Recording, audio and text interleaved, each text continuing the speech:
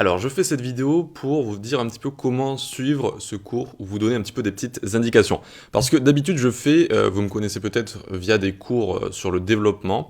Et donc, sur le développement, je sais que les personnes qui ont même un écran peuvent splitter l'écran en deux avec d'un côté la vidéo de la formation avec le code et donc recopier le code en même temps au même moment que moi dans la vidéo.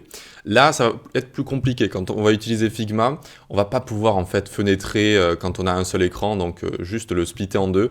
Ça va être trop petit, vous n'allez pas pouvoir à la fois faire le design et à la fois suivre la vidéo. Alors comment faire? Comment faire pour bien suivre ce cours? Alors déjà, on va avoir des vidéos type théorie, et donc quand on va faire de la théorie, etc., je vous invite vraiment à prendre des notes, que ce soit en physique, que ce soit avec un bloc-notes ou votre logiciel de prise de notes préféré. Tout simplement parce que je vais vous donner plein de petites techniques et notamment plein de petites règles également qu'il va falloir respecter. Donc déjà, on va prendre des notes, c'est important. Et aussi, quand on va utiliser Figma, je vais vous montrer des raccourcis. Les raccourcis, c'est très très important et notamment avec Figma, ils en ont fait des super raccourcis très intéressants. Et donc, eh bien, il faut vraiment se les noter, les utiliser. Ça permet vraiment de travailler plus rapidement, de travailler mieux en fait, d'être plus même plus heureux dans son travail, je dirais, parce que c'est vraiment des raccourcis assez sympas. Donc, très bien. Et une fois qu'on a fait tout ça, qu'est-ce qu'on va faire quand on va faire des projets, par exemple? Et quand je vais vous montrer des choses en pratique?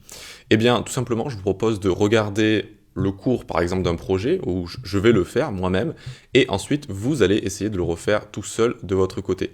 Si vous avez des problèmes, si vous avez des questions, etc., alors soit vous pouvez me poser des questions, soit vous pouvez retourner sur la vidéo et re-regarder donc le moment intéressant que vous avez envie de reproduire. D'accord? Par exemple, vous n'arrivez pas à refaire cette newsletter ou cet appel, ce call to action, eh bien, hop, vous allez revenir à ce moment de la vidéo pour le faire. Donc d'abord, vous allez regarder rapidement les vidéos, d'accord? Donc pour bien comprendre un petit peu de manière générale ce que je fais, quels outils j'utilise, etc. Pourquoi pas prendre des notes à ce moment-là. Et ensuite, vous allez essayer de refaire les projets tout seul de votre côté. Vous allez essayer juste de, voilà, pour pouvoir gagner en expérience, pour mettre la main à la pâte, évidemment. Je vous conseille vraiment d'essayer tout seul de votre côté, de reproduire ce que je fais, de retoucher aux outils que je touche à chaque fois. Voilà, à chaque vidéo, notamment quand on parle de Figma, je vais vous parler de petits outils, etc. Donc, juste à chaque fois, mettez la main à la pâte, retentez ce que je fais, etc. C'est pas grave si on n'y arrive pas du premier coup. Juste, il faut expérience. Je vous le répéterai au fur et à mesure du cours. C'est tout ce qui importe.